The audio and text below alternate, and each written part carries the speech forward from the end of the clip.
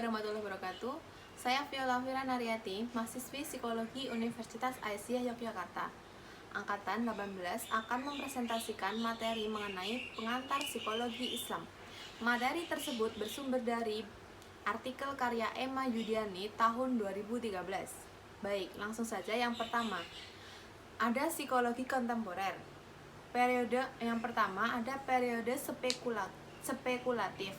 Pada periode ini, psikologi dapat didefinisikan studi tentang jiwa atau psyche yang membahas mengenai kesadaran dan proses mental yang berkaitan dengan jiwa. Tokohnya yaitu ada Plato dan Aristoteles. Metodenya yaitu filsafat. Pada periode ini, psikologi bernuansa filosofis karena penekanannya lebih ke konsep jiwa. Yang kedua, ada periode pemisahan dari filsafat. Periode ini, psikologi didefinisikan sebagai ilmu pengetahuan mengenai kehidupan mental, yaitu seperti pikiran, perhatian, persepsi, intelijensi, dan ingatan. Tokohnya ada William Wundt dan metodenya yaitu introspeksi. Pada periode ini dicoba untuk memisahkan psikologi dari filsafat, di mana psikologi memfokuskan kajiannya pada kehidupan mental. Namun, pemisahan ini masih belum sempurna, sehingga masih ada percampuran antara filsafat dan psikologi. Yang ketiga ada periode empiris dan eksperimental. Pada periode ini, psikologi didefinisikan sebagai ilmu pengetahuan mengenai perilaku organisme seperti perilaku kucing terhadap tikus, perilaku manusia terhadap sesamanya, dan lain-lain. Tokohnya ada John Watson, Sigmund Freud, Ivan Pavlov, dan metodenya menggunakan eksperimen. Definisi yang dianut pada periode ini yang bertahan hingga saat ini, di mana psikologi sudah berupa suatu ilmu yang mandiri dan terpisah sama sekali dari filsafat. Fokus kajian psikologi pun beralih dari yang awalnya membahas hakikat jiwa dan kehidupan mental menjadi gejala-gejala jiwa yang diketahui melalui mengkaji hanya perilakunya saja. Yang selanjutnya yaitu ada psikologi Islam. Apa itu psikologi Islam? Psikologi Islam adalah ilmu yang berbicara tentang manusia, terutama kepribadian manusia yang bersifat filsafat, teori, metodologi, dan pendekatan problem dengan didasari sumber-sumber Al-Quran dan hadis, akal, indera, dan intuisi. Atau psikologi Islam merupakan konsep psikologi modern yang telah mengalami filterisasi dan di dalamnya terdapat wawasan Islam keberagaman. Sementara itu, Mujib dan Muzakir mendefinisikan sebagai kajian Islam yang berhubungan dengan aspek-aspek dan perilaku kejiwaan manusia, agar secara sadar ia dapat membentuk kualitas diri yang lebih sempurna dan mendapatkan kebahagiaan hidup di dunia dan akhirat nantinya. Yang pertama ada pada psikologi Islam ada periode klasik. Psikologi Islam sebenarnya telah dimulai sejak Islam ada, sejak zaman Nabi Muhammad SAW masih hidup. Tetapi pada perkembangannya, kajian mengenai Islam, mengenai jiwa atau nafs, terpecah menjadi dua kelompok. Kelompok yang pertama yaitu pada periode ini berlangsung dari zaman kenabian hingga Daulah Umayyah. Mereka generasi ulama awal yang membahas tentang jiwa atau nafs, semata-mata bersumber dari Al-Quran dan hadis. Kajian kelompok ini berkembang menjadi ilmu kalam dan tasawuf. Salah satu tokoh yang terkenal dari kelompok ini yaitu Imam Ghazali. Selanjutnya, kelompok kedua muncul pada periode kekuasaan Daulah Abbasiyah. Mereka melakukan gerakan penerjemahan, mengomentari, memperkaya filsafat Yunani. Selain Al-Quran dan hadis, kelompok ini memanfaatkan filsafat Yunani yang telah direvitalisasi sebagai landasan untuk mengaji jiwa nantinya. Salah satu tokoh yang mewakili mereka yaitu ada Ibnu Rushd. Selanjutnya, kajian mereka berkembang menjadi filsafat Islam. Setelah itu, dunia Islam meredup dan digantikan oleh dominannya budaya sekuler Barat. Kajian jiwa secara Islami pun mengalami kemunduran. Sementara itu, kajian psikologi kontemporer berkembang pesat hingga sekarang ini. Yang kedua, ada periode modern.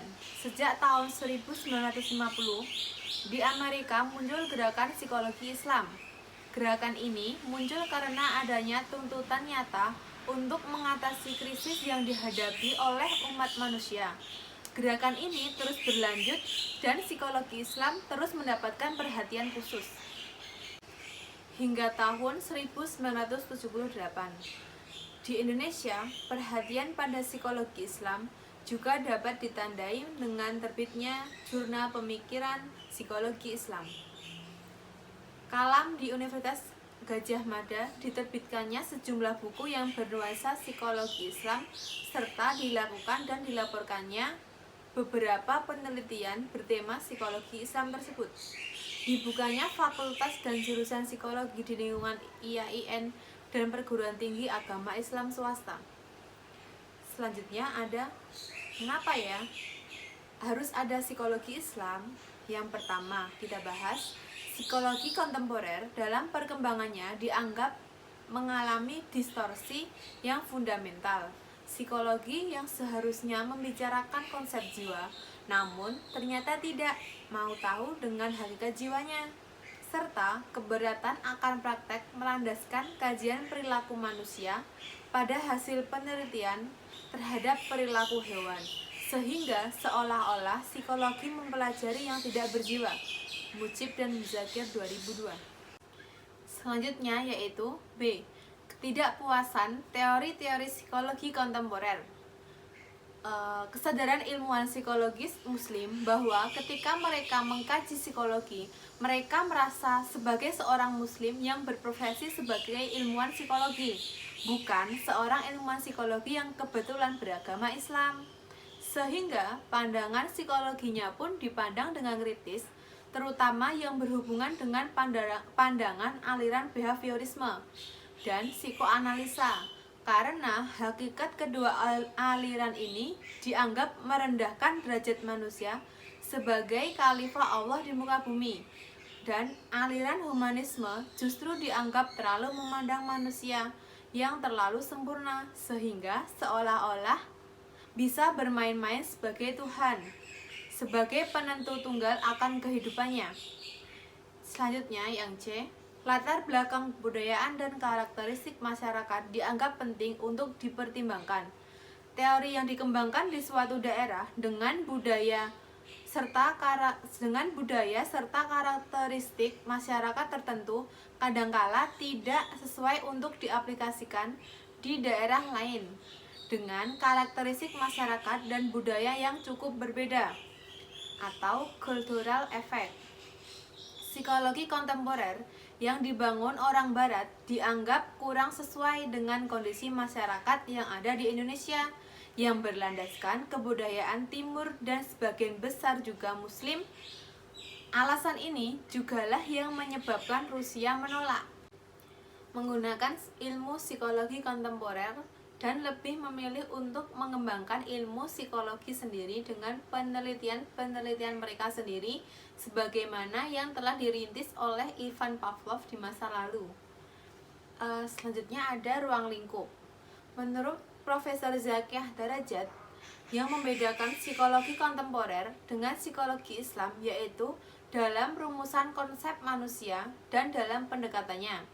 Psikologi kontemporer semata-mata menggunakan kemampuan intelektual untuk menemukan dan mengungkapkan asas-asas kejiwaannya. Sementara psikologi Islam mendekatinya dengan memfungsikan akal dan keimanan sekaligus. Lebih lanjut, menurut beliau, jika ruang lingkup psikologi kontemporer terbatas pada 3 dimensi, yaitu ada dimensi fisik biologi, dimensi kejiwaan dan sosiokultural. Sementara itu, psikologi Islam juga mencakup dimensi kerohanian, dimensi spiritual, suatu wilayah yang menjadi pantangan dan tidak pernah disentuh oleh psikologi kontemporer karena perbedaan landasannya. Disinilah psikologi Islam akan bertemu dengan tasawuf nantinya.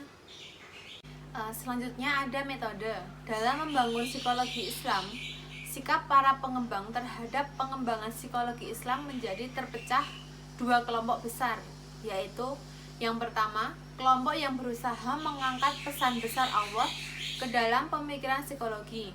Maksudnya bahwa mereka bercita-cita untuk membangun psikologi Islam benar-benar dari Al-Quran dan hadis, maupun dari penafsiran ulama tentang kedua sumber tersebut. Yang kedua, kelompok yang menghendaki keterbukaan terhadap pandangan hidup dan kehidupan non-muslim. Kelompok ini berusaha untuk mengadopsi konsep-konsep psikologi non-islami ke dalam pemikiran psikologi Islam. Terdapat beberapa alternatif metode yang bisa digunakan untuk membangun psikologi Islam, yaitu ada metode pragmatis, metode pengkajian dan pengembangan psikologi Islam yang mengutamakan aspek praktis dan kegunaannya. Maksudnya, bangunan psikologi Islam dapat diadopsi dan ditransformasi dari kerangka teori-teori psikologi kontemporer yang telah mapan. Teori-teori tersebut dicarikan legalisasi dan justifikasinya dari Al-Quran dan hadisnya.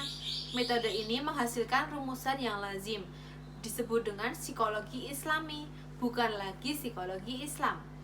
Metode ini menghasilkan 6 pola pendekatan, yaitu yang pertama ada pendekatan similarisasi, yaitu dengan menyamakan begitu saja konsep-konsep sains dengan konsep-konsep yang berasal dari Islam, padahal konsep tersebut belum tentu sama.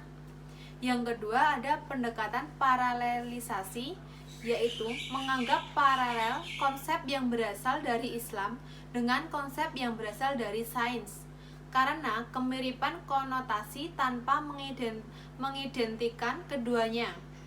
Yang ketiga ada pendekatan komplementasi, yaitu antara Islam dan sains saling mengisi dan saling memperkuat, tetapi tetap mempertahankan eksistensinya masing-masing tersebut.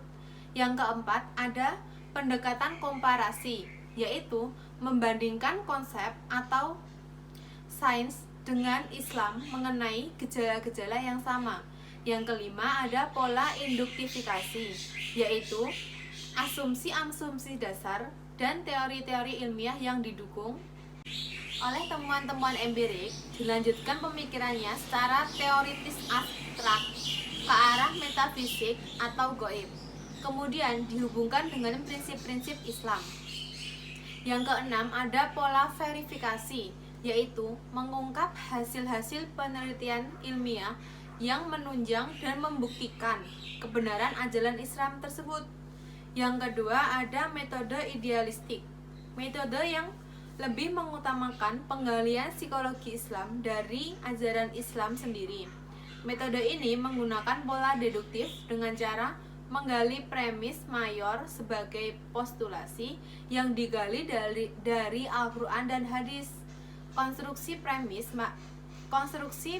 mayor ini dijadikan sebagai kebenaran universal yang dijadikan kerangka acuan penggalian premis minornya.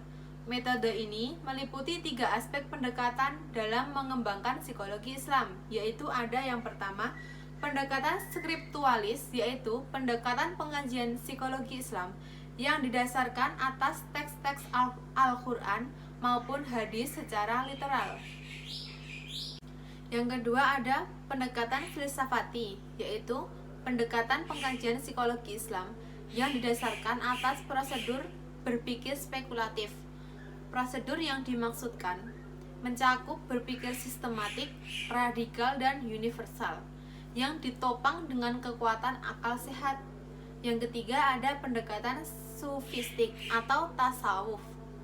Pendekatan pengajian psikologi Islam yang didasarkan pada prosedur intuitif, ilham, dan cita-cita. Prosedur yang dimaksudkan dilakukan dengan cara menajamkan struktur kalbu melalui proses penyudian dirinya. Sekian sedikit materi dari saya tentang pengantar psikologi Islam. Semoga bermanfaat untuk kita semua. Mohon maaf jika ada kekurangan, dan apabila ada kelebihan, datanya dari Allah. Wabillahi taufiq wal hidayah. Wassalamualaikum warahmatullahi wabarakatuh.